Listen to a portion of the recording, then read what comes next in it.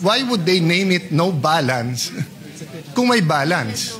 So, pag pumunta ka ngayon sa LGU Hospital, covered ka ngayon ng no balance billing policy, and that is for indigents.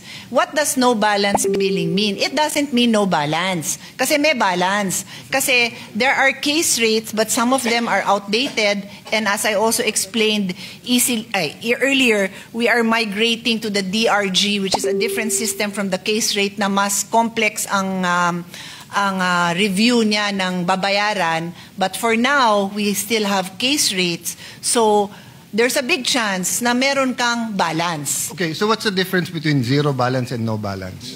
So zero balance is the DOH hospital that talagang zero balance. Ang no balance sa LGU hospital is only for indigents, pero hindi siya, it's possible na may balance pa. So hindi no balance yun? Hindi nga. Kanina ko pa sinabing hindi nga. No, sabi mo sa LGU, it's no balance. No, that's the name of the program. But it doesn't mean that it is no balance. That's why... So isn't that false advertising? I think so. From now on, I will not ask you questions.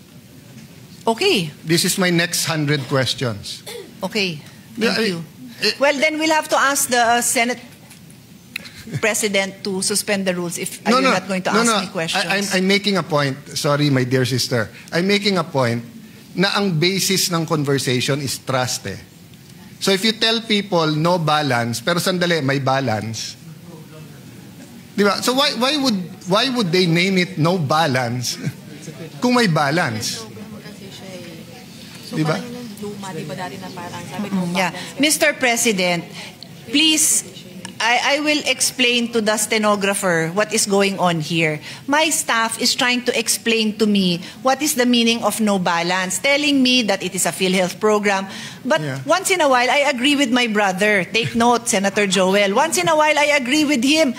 No balance means no, none. Wala ka nang babayaran. Eh, meron nga. Madalas meron. Yeah. So huwag nyo nang ipaliwanag sa akin kasi hindi ko yan kayang ipaliwanag dahil sumasang-ayon ako. Yeah. I'm sorry for that, but I did ask the permission of Senator Soto, our Senate President, and of course ngayon ang nakaupo si Senator JV, our Majority Leader. So with your permission, can we suspend the rules so that I can ask directly? I'll try to be as brief as possible para matapos ko tong issues, but I really think the Secretary should answer Mr. President,